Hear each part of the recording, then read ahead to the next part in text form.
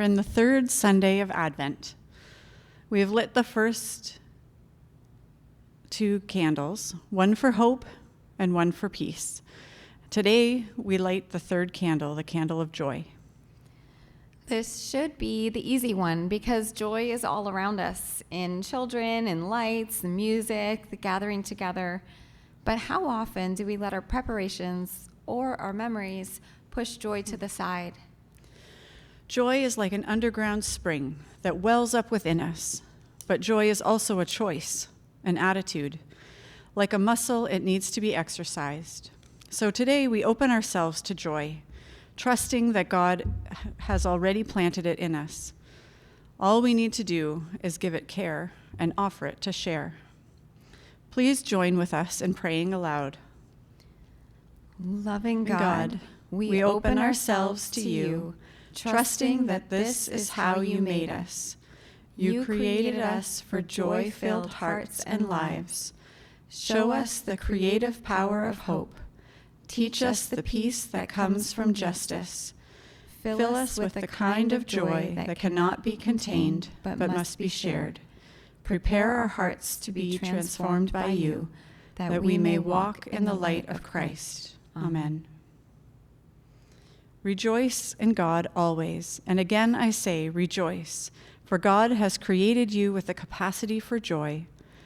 We will find what makes us joyful and make that our gift to the world.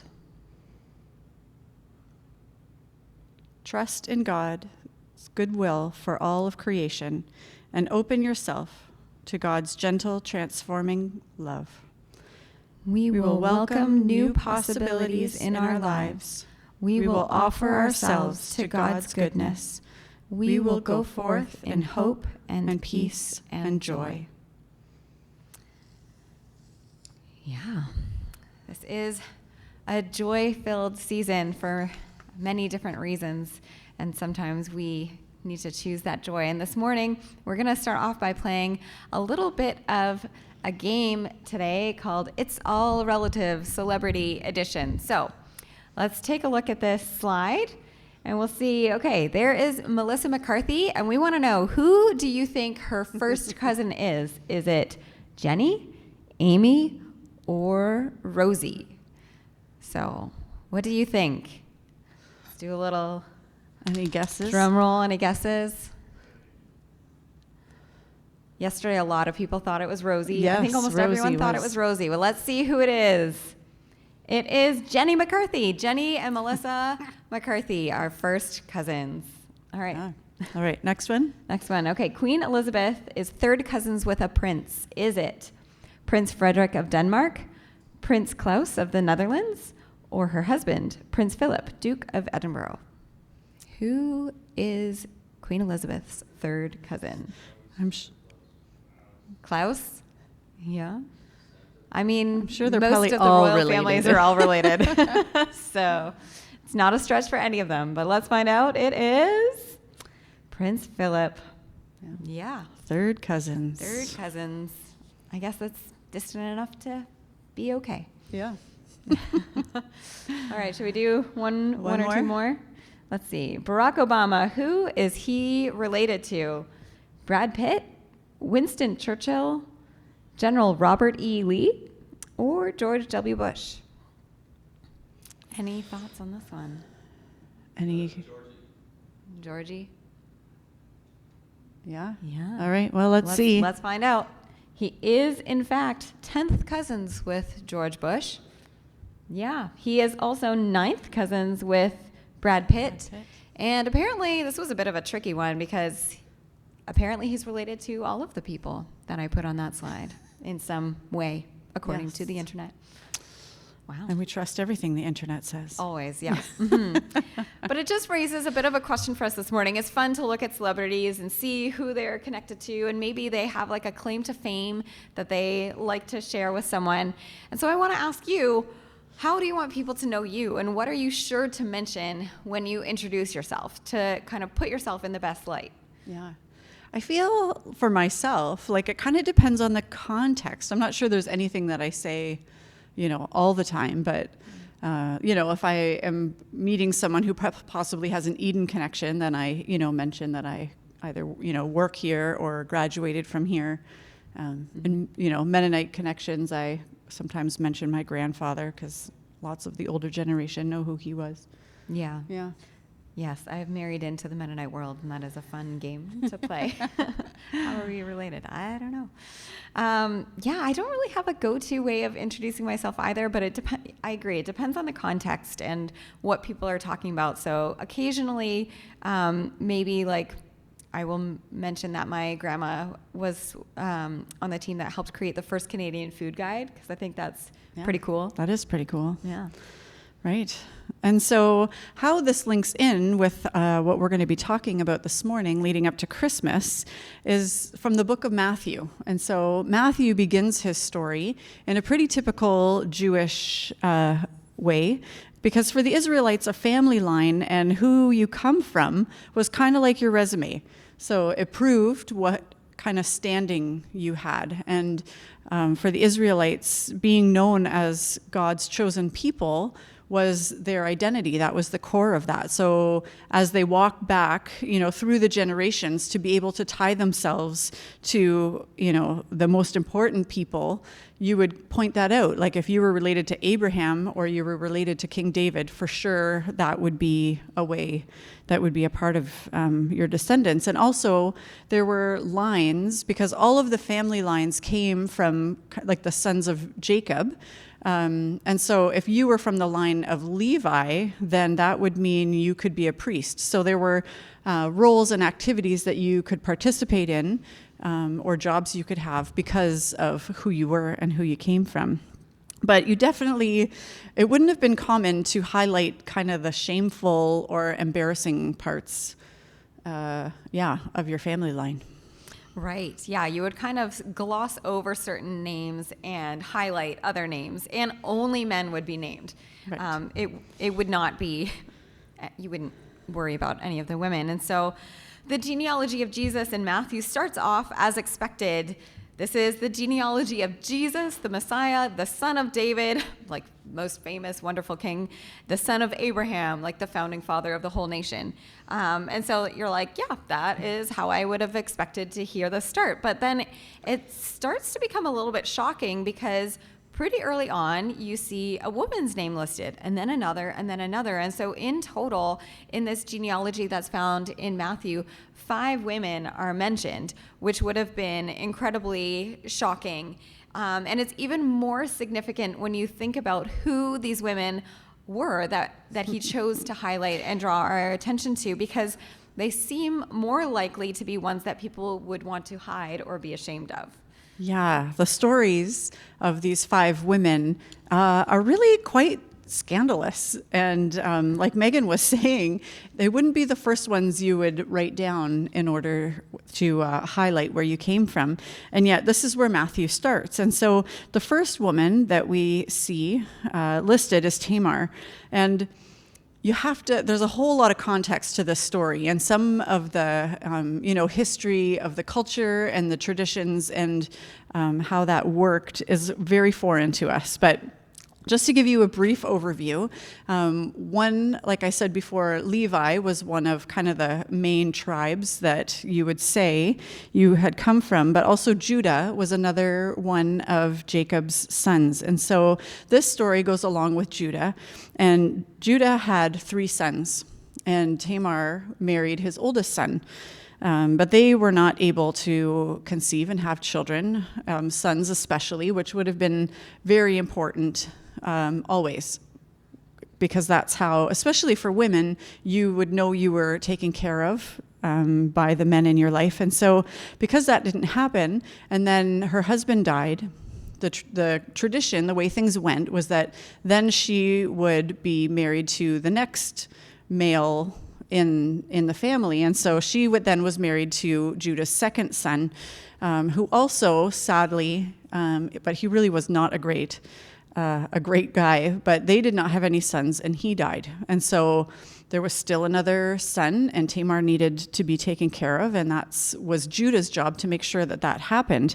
But frankly, Judah, I think, maybe thought that she was a little bit cursed because his sons kept dying, and there was no offspring, there were no sons coming along. So he had sent Tamar back to her parents' house, saying, "Just wait until my youngest son is old enough, and then you can marry him."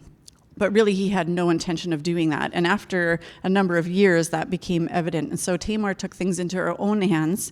And in order to keep Judah true to his word and what was expected, she came up with a bit of a scheme, dressed up as a prostitute along the way, knowing that Judah was going to come back like from a business trip sort of thing. And and seduced him. And so they got together and had relations, and she ended up pregnant. She had gone back home, and in order to prove that it was his, had taken pretty much what would have been like the equivalent of his identification, like his passport or something, so that he wouldn't have her killed anyway.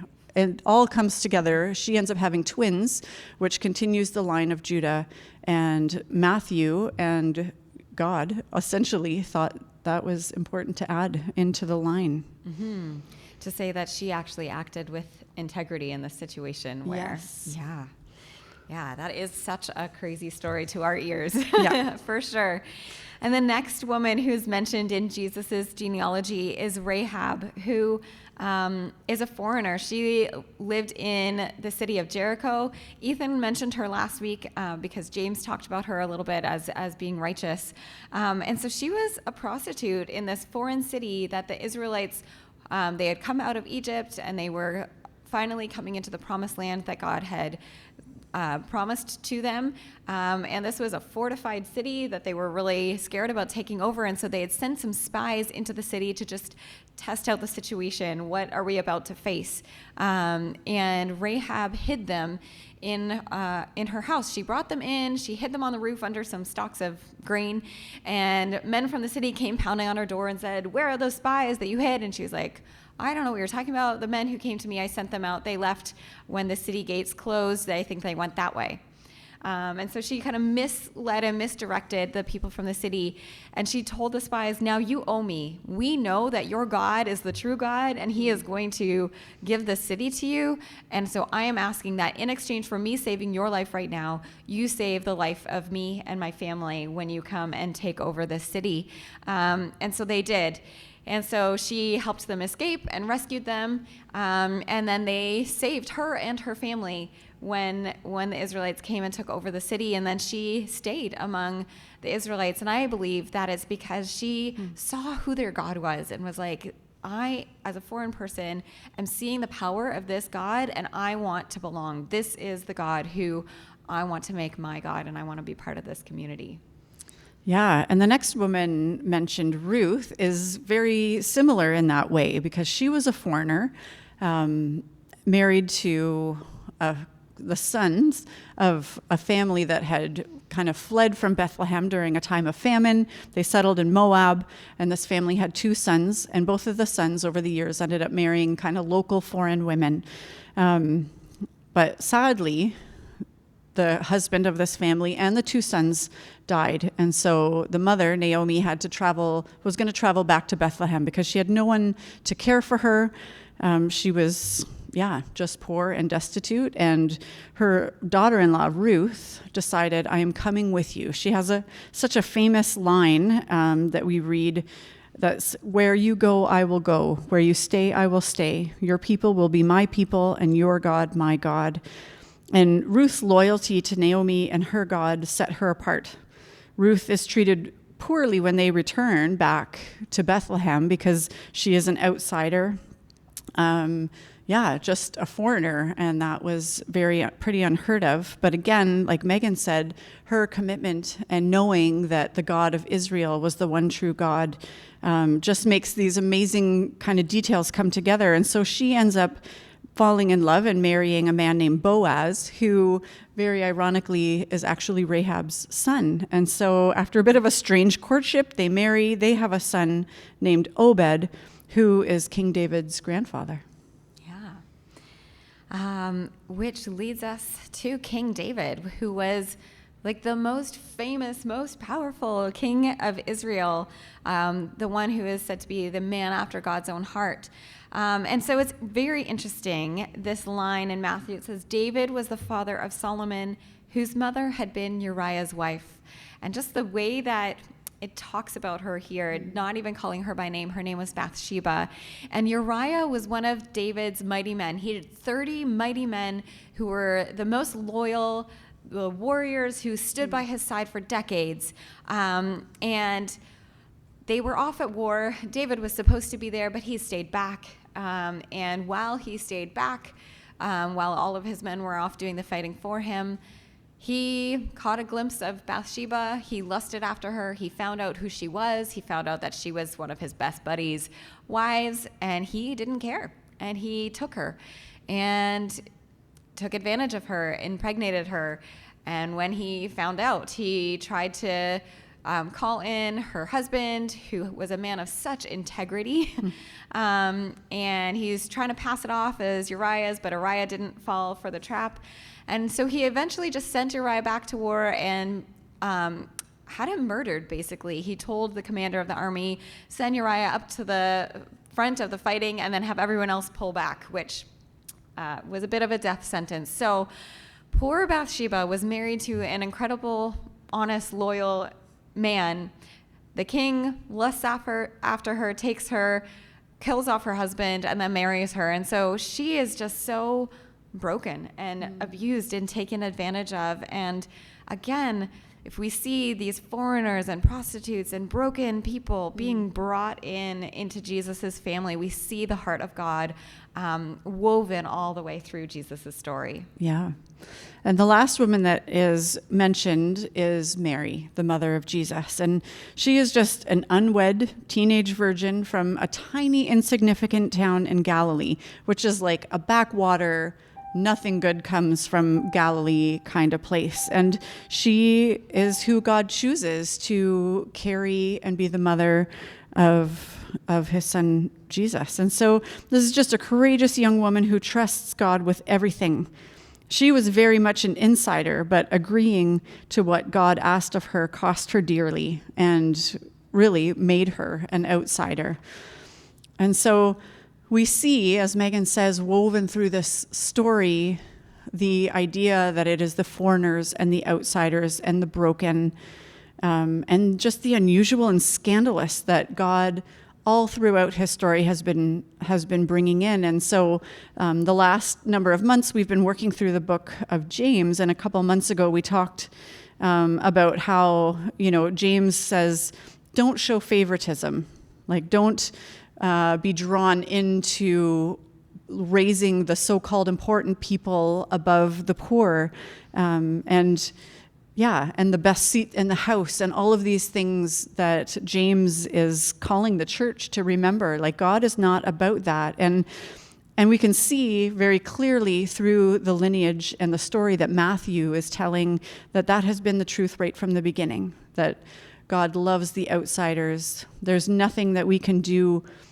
And sometimes he even calls us to do the things that put us on the outside. And so we need to be just aware, because it's so beautiful. The portrait that Matthew is painting here is an inclusive picture. It's expanding God and the kingdom beyond kind of Matthew's genealogy and even into the rest of the story that Matthew tells, because he continues to talk and share about how Jesus interacts with kind of the people that are rejected and the people that are broken and outside and sick and need healing. And right into the very end, because the last verses, Jesus, is talking with his disciples, and he gives them the great commandment, which is go and make disciples of all the nations. Yeah, I love that kind of reframed thinking of inclusivity and welcome, and that's God's heart for us. Yeah. And so we want to also just reframe our thinking about Christmas this morning, because we often think, when we think of Christmas, we think we need the perfect lights and the perfect gifts and the perfect traditions, and we see all these perfect Hallmark movies and the perfect window displays and all of these things. And so yeah, we get sucked into this idea from our culture, from our society, but what we celebrate at Christmas actually wasn't picture perfect. It was No. a teenage mother who was scandalized and rejected by her community because she found herself pregnant. And it was messy and scary and lonely. And that is the world that Jesus came into. Yeah. Yeah, that he loved enough, that God loved enough to send his only son to come in and offer salvation and belonging.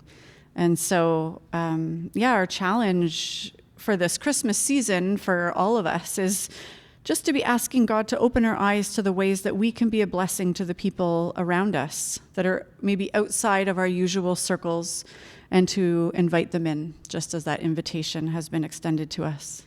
Mm-hmm. And as we invite Christ to come in and change us, we are also anticipating him coming again, not just him coming into our lives right now, but for eternity. And so we think of Mary and we think of the Israelites who waited for hundreds of years for their Messiah to come.